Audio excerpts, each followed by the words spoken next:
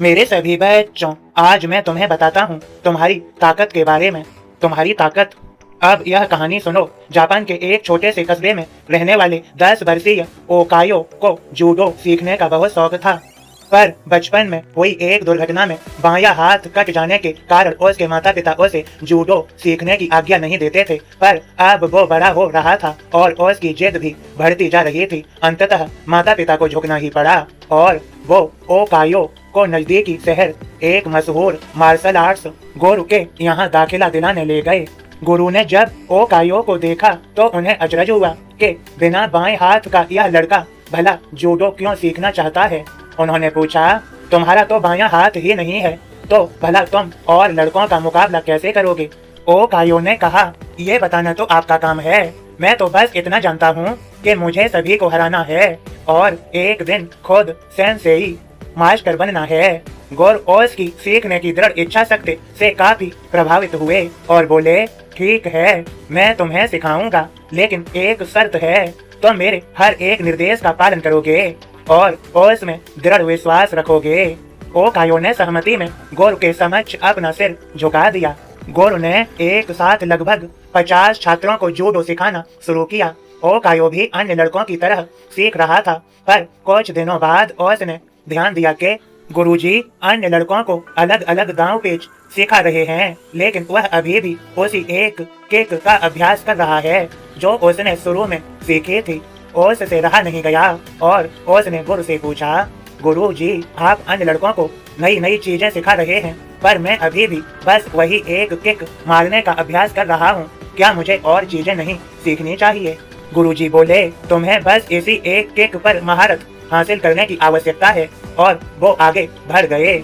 ओकायो को विस्मय हुआ, पर उसे अपने गुरु में पूर्ण विश्वास था और वह फिर अभ्यास में जुट गया।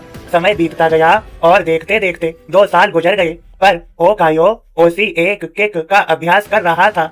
एक बार फिर ओकायो को चिंता होने लगी और उसने गुरु से कहा, क्या अभी भी मैं बस यही करता रहूंगा और बाकी सभी नई नई तकनीकों में पारंगत होते रहेंगे?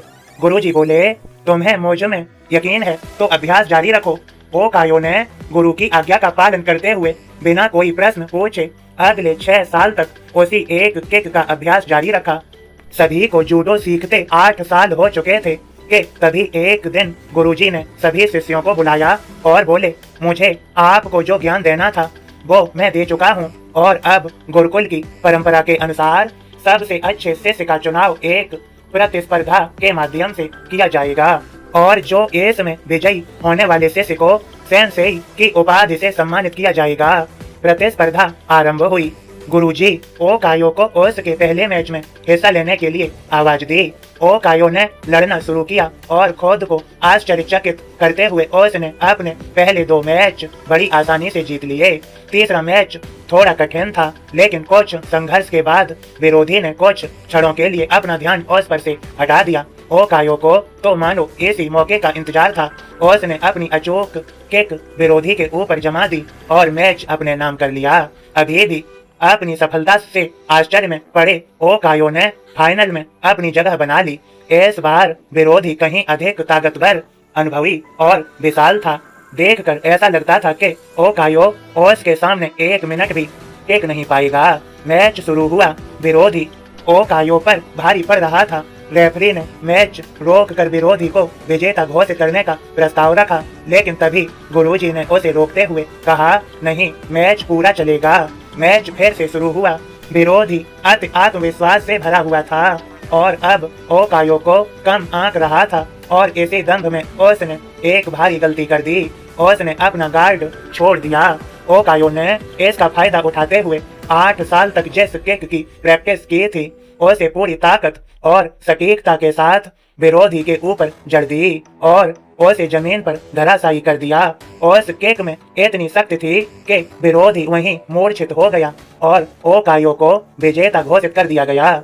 मैच जीतने के बाद ओकायो ने गुरु से पूछा, सेंसेई, भला मैंने यह प्रतियोगिता सिर्फ एक मूव सीख कर कैसे जीत ली? गुरुजी ने उत्तर दिया, तुम 2 वजहों से जीते। पहला, तुमने जूडो की एक सबसे कठिन किक पर अपनी इतनी मास्टरी कर ली कि शायद ही इस दुनिया में कोई और यह किक इतनी दक्षता से मार पाए, और दूसरा के इस किक से बचने का एक ही उपाय है, और वह है विरोधी के बाएं हाथ को पकड़कर उसे जमीन पर गिराना। ओकायो समझ चुका था कि आज उसकी सबसे बड़ी कमजोरी जो उसका बायां हाथ ही नहीं है, वही उसकी सबसे बड़ी ताकत बन चुका है। मेरे सभी बच्चों, समझो, ह्यूमन बीइंग होने का मतलब ही है इम्परफेक्ट होना। अपूर्णता अपने आप में बुरी नहीं होती, बुरा होता है। मेरे बच्चों, तुम्हारा उससे डील करने का तरीका, अगर ओकायो चाहता तो अपने बाएं हाथ के न होने का रोना रोकर एक अपाहिज की तरह जीवन बिता सकता था, लेकिन उसने इस वजह से कभी खुद को हीन नहीं महसूस होने दिया। उसमें अपने सपने को साकार करने की दृढ़ इच्छा थी, और यकीन जानिए, जैसे अंदर यह इच्छा होती है, भगवान उसकी मदद के लिए कोई न कोई गुरु भेज देता है। ऐसा गुरु जो उसकी सबसे बड़ी कमजोरी को ही उसकी सबसे बड़ी ताकत बना उसके सपने साकार कर सकता है। मेरे सभी बच्चों, तुम्हें सभी को मेरी कृपा भरा आशीर्वाद। श्रद्धा सबूरी के साथ ओकायो की तरह अपने गुरु में, अपने प्रभु में दृढ़ विश्वास रखो, दृढ़ निष्ठा रखो, तुम सफल हो जाओगे। मेरा तुम्हें सभी को कृपा भरा आशीर्वाद है। इस संदेश को शेयर अवश्य करना। सबका मालिक एक।